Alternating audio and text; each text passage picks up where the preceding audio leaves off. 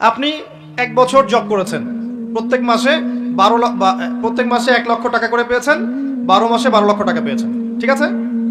আচ্ছা, এই 1 বছরের শ্রম, 1 বছর প্রতিদিন 12 ঘন্টা করে শ্রম দিয়েছেন, 12 লক্ষ টাকা বছর শেষে পেয়েছেন। টাকাটা নিয়ে গিয়ে এই যে বাক্সে ভরে আপনার ওয়াইফকে দিয়ে দেন যে 1 বছর পরে, 1 বছর কম হয়ে যায়, 10 বছর পরে এই টাকাটা আমাকে বের করে দিবা। আপনার স্ত্রীটা রেখে দিল সিন্ধুকের মধ্যে।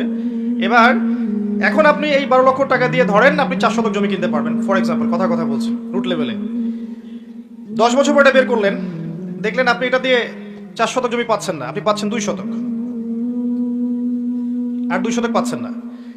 আপনার 12 মাসের শ্রমটাকে 6 মাসে নিয়ে আসা হয়েছে, আপনার 6 মাসের শ্রম হাওয়ায় উড়ে গেছে। কেউ আপনার শ্রম থেকে বেনিফিটেড হয়েছে, শ্রম দিয়েছেন আপনি, লাভবান হয়েছে অন্য কেউ। এই জন্য তাকিয়ে দেখবেন বিশ্বের একটা সভ্যতা দিন দিন উঁচু হচ্ছে, একটা সভ্যতা, পৃথিবীর একটা অংশ দিন দিন ধনী হচ্ছে, আর বাকি অংশের দিকে তাকিয়ে দেখবেন দিন দিন দারিদ্রতা, প্রভার্টি, ডিস্ট্রিবিউশনে যাচ্ছে। যখনই এদের বিরুদ্ধে কথা বলতে যাবেন দেখবেন টাকার মান পড়ে যাবে ধাপ করে। টার্কি চেষ্টা করেছিল, মান পড়ে যাচ্ছে। ইন্দোনেশিয়া চেষ্টা করেছিল, মান পড়ে গেছে। ভেনিজুয়েলা চেষ্টা করেছিল, মান পড়ে গেছে। যেই চেষ্টা করবে মান কমে যাবে। মানে এটা আপনার অন্য কোনো জায়গা থেকে নিয়ন্ত্রণ করা হয়। তা আপনি যদি এমন হতো যে আপনি 12 মাস জব করেছেন, 12 লক্ষ টাকা আপনাকে দেওয়া হয় নাই, আপনাকে 12,000 দিনার দেওয়া হয়েছে বা 12,000 দিরহাম দেওয়া হয়েছে। এটা আবার কি জিনিস? দিনার আবার কি জিনিস? দিরহাম আবার কি জিনিস? কোনদিন তো নাম শুনি নাই। সূরা ইউসুফ বলেছেন, সূরা ইউসুফ আলাইহিস সালামকে কি দিয়ে কিনেছিল? দিরহাম দিয়ে। সূরা আলে ইমরানের মধ্যে দেখবেন দিনারের কথা আছে। আচ্ছা, মনে করেন দিনার এবং দিরহামে আপনাকে স্যালারি দেওয়া হয়েছে।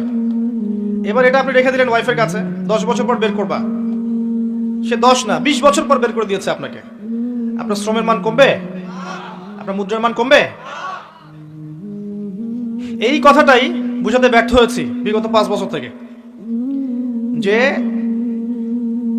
ইসলামিক যে মুদ্রা, এর ইন্ট্রিনসিক একটা ভ্যালু থাকে, অন্তর্নিহিত একটা মান থাকে, যেই মানটা ওর ভিতরেই থাকে, বাইরে থাকে না। আপনার যে সিস্টেমটা চলছে এর মান ভিতরে নেই, বাইরে আছে, এবং এই মানটা অন্য জায়গা থেকে নিয়ন্ত্রণ করতে পারবে, নিয়ন্ত্রণ করে আপনার শ্রমটা কেড়ে নিবে। সূরা নাজমে আল্লাহ পাক বলেছিলেন একটা কথা, যে একটা ভুলে গেলাম এই মুহূর্তে, মানুষ তাই পাবে যা সে চেষ্টা করে।